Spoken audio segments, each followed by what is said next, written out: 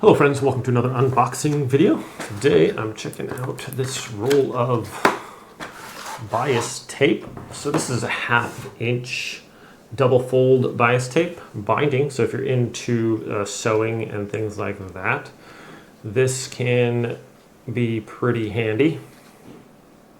Let's see, so I'm not sure, this is 10 yards, so 30 feet of this bias tape, but so it is double fold there.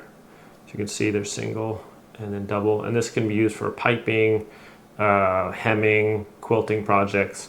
This can be around like the edge, the seam, like sometimes if you have the end of a shirt or something, this can just go over that to like complete that, so it like kind of holds the seam in too. Let's see if like that, around like there, you could put it around there just for piping or to hold your cloth in if it's been cut or whatever. If it's got a rough edge, you can sew this on, and that's going to make sure that this is like nice and solid and not getting frayed and stuff like that. So pretty handy for sewing and quilting and things like that.